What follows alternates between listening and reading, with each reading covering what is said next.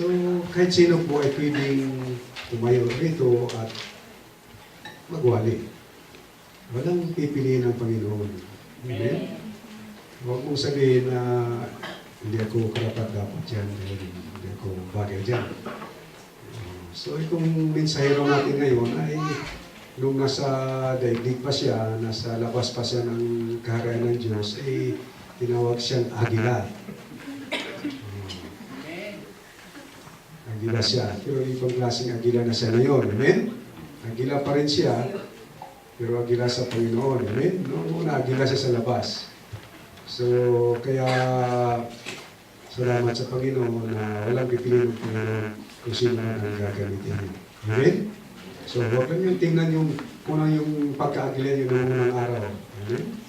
So, dahil talagang hindi kayo kontento sa sasabihin niya. Amen? Tingnan yung pagka-Agila niya ngayon. Amen? So, alam niyo na kung sino siya. Amen? So, walang ibang pinakamaganda nating kapatid. Amen? Amen. Siya na ang pinakamagandang speaker na tatayo rito. Amen? Kung meron pa dyan, pwede pa rin. Amen? So, sabi na, tama na raw. So, hindi ko na lang magitin ang pangalan niya. Siya ay Agila ng Panginoon. Amen? Kaya po yung tumayo. Sa introduction mo, gamay naman tato. Siya dito na ako ang banggito ng Agila. Siya may banggito sa Agila mo biyay. But don't you know, nare-realize ko before because I'm just having this, hindi ko talaga to kaya iwali. So, but then, iwali na ako karon before di na ako makaya mawali. But then, I am Agila before, tinood yun na, Company of Eagle daw ko numi, akong leader. But maybe I said, maybe my bad experience before will be a lesson that I can share with you so that this will be my mga example na ko because this could be a kind of realistic and real good na nahitabo. So, but to God be the glory that I am here because, not because of my husband, not because of anyone, but because of the Lord. To God be the glory. Let's go on to our verse before we will pray. Let's open our Bible to the book of Luke, chapter 10. Okay, book tayo ng Luke, chapter okay, Tagalog ako ngayon. Okay, chapter 10, verse 24 to 29. Okay? Luke chapter 10, verse 26 to 29. Okay, to 26 to 29. Okay. But maybe it's great kung sa 25 ta magsugod para masabtan yun din, you know. So, from the book of Luke, verse 25. And behold, a certain lawyer stood up and tested him, saying, Teacher, what shall I do to inherit the eternal life? He said to him, What is written in the law? What is your reading of it? So he answered and said, You shall love the Lord your God with all your heart, with all your soul, with all your strength, and with all your mind.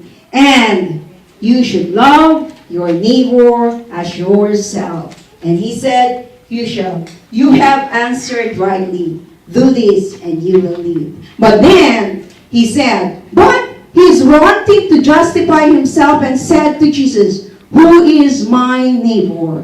So who is my neighbor? So let us all close our eyes and praise God for everything that He has done. Lord, to God be the glory, Father. Lord, I know, Father God, that I have nothing, O God. I don't have wisdom, O God. I don't have any knowledge, O Lord. And Lord God, I am here, O God, standing with courage, Father. Because I know, Father God, that every words that I said, every things that I said, Lord God, comes from you. Comes from your anointing, O God.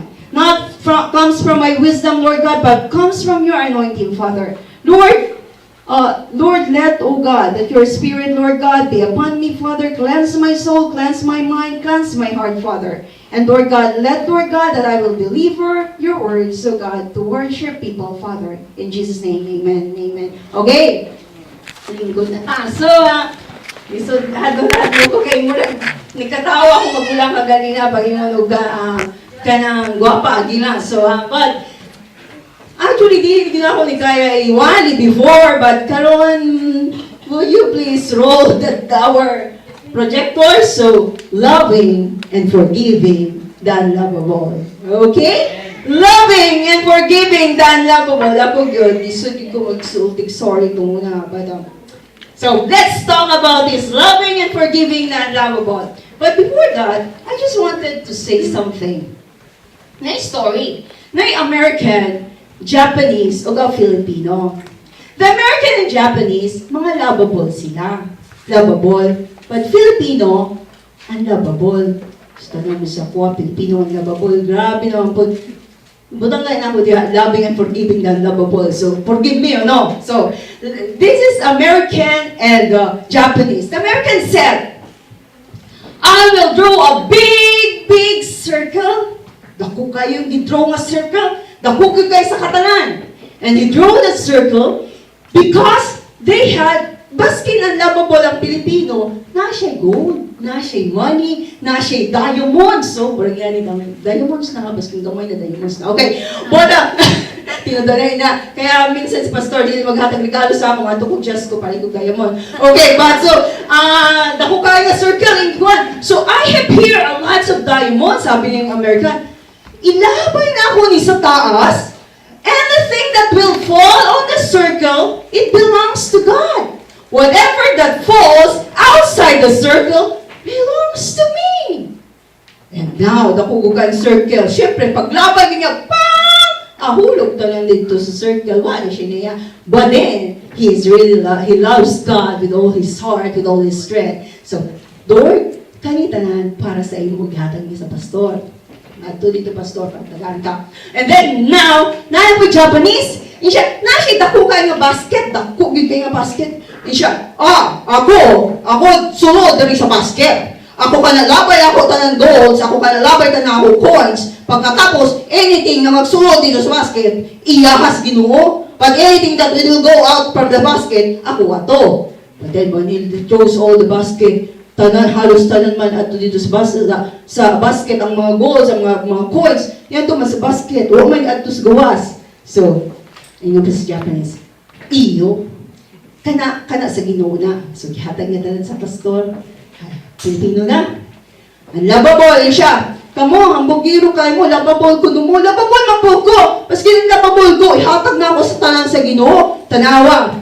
Siya, ako, I will not draw any lines. I will not get any basket. Ayaw na! Di na kailangan. Then the Americans and the Japanese said, grabe, unlovable siya. Ano siya? Di siya unlovable. So, siya, I will throw all my coins, my silvers, and my golds up. Labay, ganyan tanan. Bang! Hulog tanan. Tapos, pagkuman, ipamulit pa niya. Asa mo na yung hatag-hatag ng mga datan sa pastor? Dili! Ginaman ako, manisa dos Ginoo, di ako, tanan! So, ginabay niya ako, ang lovable niya ako, but then, God loves us unconditionally. Maskin lovable siya, itagaan siya blessing sa Ginoo. Kaya ito, kita Christian. Nga nung kananan, lovable na naman siya blessing. So, we just don't know what God wants. Because the love of God covers everything the unlovable within us. Covers everything of di maayo sa tuwa. Pagkatapos, love ang nakakabutang dito. Anything that we do, okay lang, pasalo niya. But then, kunya, ato na itakil. So now, let's go on to loving the unlovable first, okay? Forgiving mo niya, karon loving the unlovable. Okay? Loving the unlovable. And the on 29, no? Siya, kinsa man akong neighbor? Ingon siya. Kinsa man akong neighbor? So, who is your neighbor? Ang neighbor ni mo, minsan, lovable. And then, apoy, unlovable. Lisod dahil minsan tong lovable nga tao, minsan chismuson pa ni mo, how much more than lovable one? So, but then, the Lord said, love your neighbor. Hindi lang katong lovable, kundi katong unlovable. One day, akong anak, siya, Daddy, Mommy, ano si Daddy? man yung gipiling sa tanan? Dagay, no? Siya si daddy man yung gipiling sa tanan? Kung ano, because we're talking kasi pag mga ano ni, patay tanan, hindi pwede i-appeal sa pagkaon ng TV. So, hindi pwede i-appeal sa pagkaon ng computer. Patay din na tanan. Because that will be the time na mag-istorya ni. And that time, our topic is about courtship at kung paano ko ginagawa ni Pastor. Kaya, ladalad mo na ang tika karundan. Kunya, okay naman, utaas mangyapong ka. Manong lisod lang sa imuha, kaya kung ikaw muwali, medyo laglag yung kuno. But then, sa kuha, laglag ka, pero taas ang yapon. But, because actually yung, akong asawa, di ko na ako malaglag, kaya mutaas mangyapon. So, mga ginanganak sa Ginoo. So, but then, sabi niya, kuha man mo si daddy, kipili man din mo si daddy. Ano siya? Because one day, si Pastor Ho, malapit na mo kami nakasal. Ito na siya mong balay. So, but then, Ana, kailangan ay kwarta pa ikasal, di ba? So, ihatag taon siya sa kuha. 500, February 2. Hatag tapos among kasal, May. Okay lang, 500. Kung May pa, 500 tagadlaw. Abot yun na. May good. Layo pa kayo. Tagal pa yung May, 500 tagadlaw. Hatag siya 500. Ang lisod, pagka Valentine's Day. Abi niyo, actually, di naman po ko, gilagdag na ako sa pastor, no? Ay, ito bawi-bawi yung lumay. Actually, naman di siya kwarta. Okay mo po yung church, maayaw mo po yung church. Pagkatapos, okay mo po ng mga tao, actually, mga mayaman po, napoy mayaman, napoy dato, napoy mayaman, napoy pobre. But then, si pastoro, pag nahatag sa imo, sa iya, hatag po niya apel dito sa uban. Ang lisod galing, minsan ako sweldo, apil po niya hatag. So, but then, one day, talaga niya 500. But Valentine's pagkaugma, nagto siya dito sa mong opisina, ana siya, pwede maghiram ko 100. Ako, ha? Maghiram ka 100? Di ba natin 500? Kisan ko lang. 100 lang. 500 ha, 400 na lang yapirin sa mong ikasal. Huwag yun siya namatag, kasi pila na kasimana. Huwag yan, 500 pa lang, gulang mo pag yung 100. Kuha na! Kuha na, hindi na ginawa pakasalan ng tawahan. Bahala, gano'y. Pagkatapos, badin! Pag-abot na ako sa office, kasi sa bangko ko nagtrabaho, pag-iguan-guan ako, daga na kay taon, palindagan ako. Tingnan ako, isa ka, kliyente dito, nitindog man, ikanta man. Pagkatapos sa tunga-tunga sa iyong kanta, this song is specially dedicated to Miss Jerilyn Ambi, ako nun, Ambi. Miss Jerilyn Ambi from Pastor Igalinos. Tumawag yan! But then, ang lisod na may flower. Hatag ang flowers ako. Ma'am, di kan kay pastor. Katong kanta, ma'am. Libre ito. Mahal na ba itong kanta? Tako kayo yung bayad.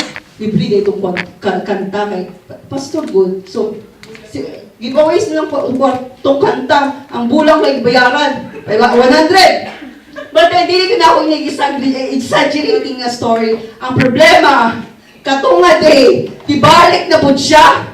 Nidala na po siya bulag. Nidala na po siya another nga kanta. Ang tingala ko, wala naman siya ng istorya o pangalan. Di naman siya ng especially dedicated to. Ikan na itulain, sa laing ang bulag. Siya, ma'am, di ka ni kay Kuan. Di na ako ingon, may balad pastor. Di ka ni kay Kuan. Gamay lang. Ang lisod, nabot ang mail, na mail. Ako di naman ko. Actually, di naman ko gwapa yun, no? Pero totoo kaya. Pero karon, ay naman pangitae. Kaya di ugon mo kakita. Kaya taba naman, no? Wala na, tunguna na, hindi kopong-kopong pa to. Pero karon, wala na. Tungo na, meron. Okay. Tapos, nano ba tigami? Dako kayo. Dako yun, tinuda na niya. Dako. Ma'am, pagtanaw sa mga kauban, ano ba siya? Grabe na yun din si Pastor, mayaman kayo! Di kan buntag, hatod hapon, hatod hapon, dahil kayo regalo! Ngayon po ko, bitaw.